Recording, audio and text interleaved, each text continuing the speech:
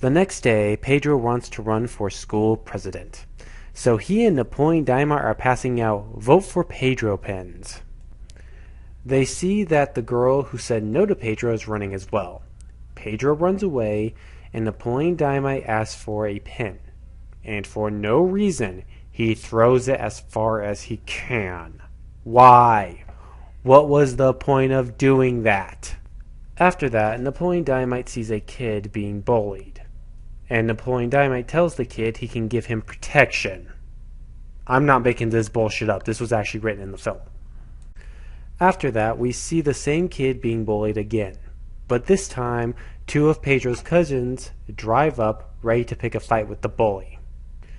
You think this is a good thing, but it's not. And you'll find out why in a minute. So then Noplien Dyamit's uncle drives up to the girl who's running for president and gives her a pamphlet for breast enhancers. And no, I'm not making that up. The next day, the girl who's running for president puts the pamphlets all over Noplien Dyamit's locker. Let me make this clear. She puts the pamphlets all over Noplien Dyamigh's locker, not Pedro's locker. Why did I bring this up? Because we see Pedro has made a piñata that looks like the girl he's running against, and is letting people take a swing at it. What the fuck?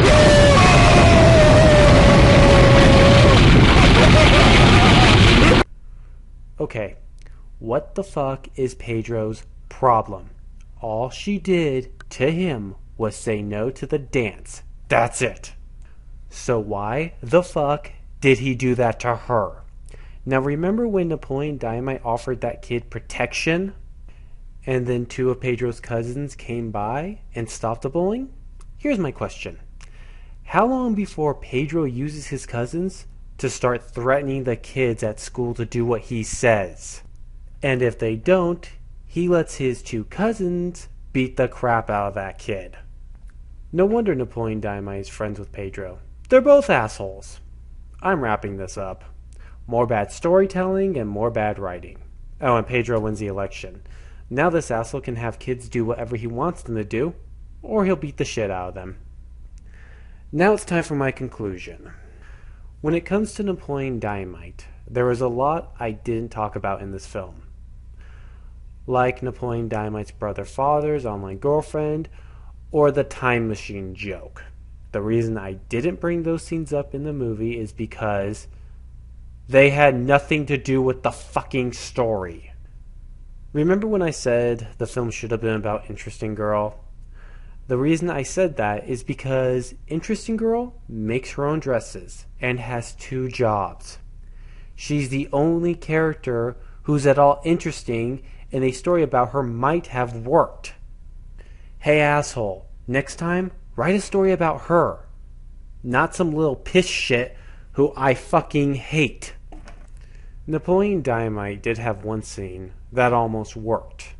It was after Interesting Girl calls Noplien Dyamight and is mad at him because the uncle told her that Noplien Dyamight wanted her to have bigger breasts. After that, he runs outside and tells his uncle that he needs to leave or Noplien Dyamight will call the cops. The uncle says to go ahead and call them. After that, Noplien Dyamight goes back inside and we see his uncle. Noplien Dyamit's uncle has wasted his life and done nothing with it. The look on his face tells us everything about him, that he wishes he could go back and start over. Now, this scene might have worked if Noplien Dyamight had gone back outside and his uncle had looked at him and said, "Don't be like me." Then the uncle head back inside the house. A scene like that would have helped this film out, but instead we get more badly written comedy. Noplien Dyamight is the worst film I have ever seen, and I'm giving it a 1 out of 10. And this is Ash saying so long and good night.